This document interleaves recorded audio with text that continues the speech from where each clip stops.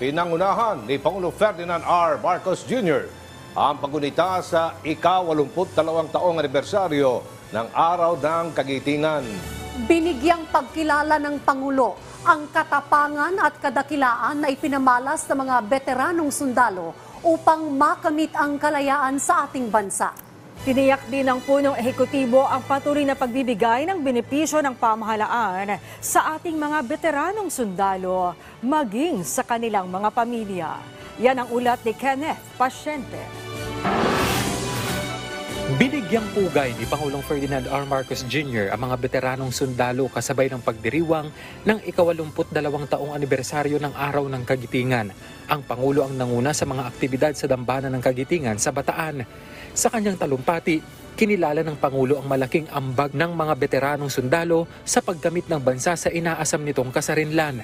Anya, hindi lang dapat kada taon inaalala ang kabayanihan ng mga veterano, maging ang mga nagbuwis ng buhay noong World War II.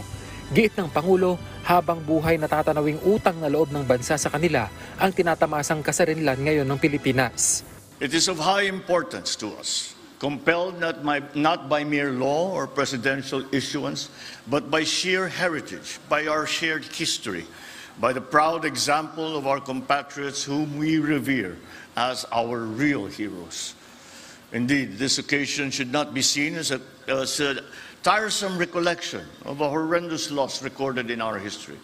Dagdag ng Pangulo, bagaman tinatamasa na ng bansa ang kalayaan, kinilala ng punong ehekutibo na tuloy pa rin ang hamong kinaharap ng bansa na may negatibong epekto sa Pilipinas. Kabilang na anya ang malino na pagkanti sa soberanya ng bansa na anya ay nagresulta na sa physical harm sa mga Filipino.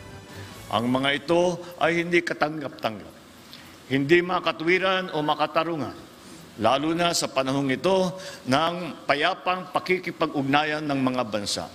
Hinimok din ni Pangulong Marcos Jr. ang mga kabataan na magsilbing inspirasyon ang mga nangyari noon 82 taon na ang nakalilipas.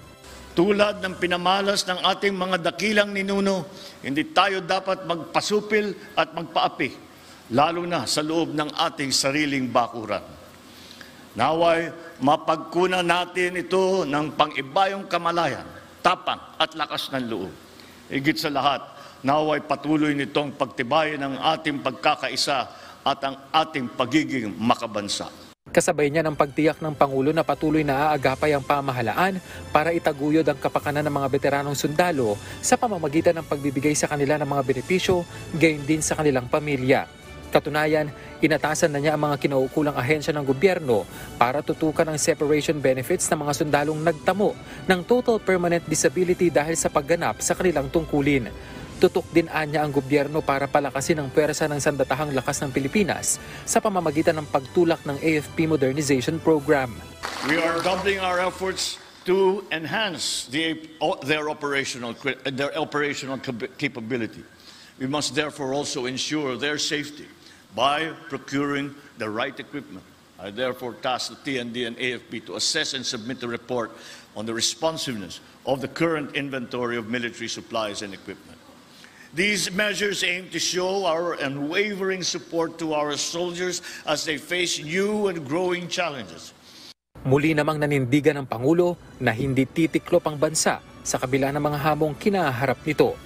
Ours is a complicated world today, but we must not yield. We must not back down from any and all challenges that seek to threaten our peace, our honor, our very existence.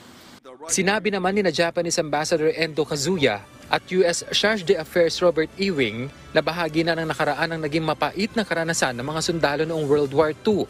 At tutok ngayon ng Pilipinas, US at Japan sa pagpapalalim pa ng ugnayan ng mga ito, lalo na't nakatakdang pumunta ang Pangulo sa Estados Unidos para sa kauna-unahang trilateral meeting doon. Mula rito sa dambana ng Kagitingan dito sa Bataan, Kenneth Pasyente para sa Pambansang TV sa Bagong Pilipinas.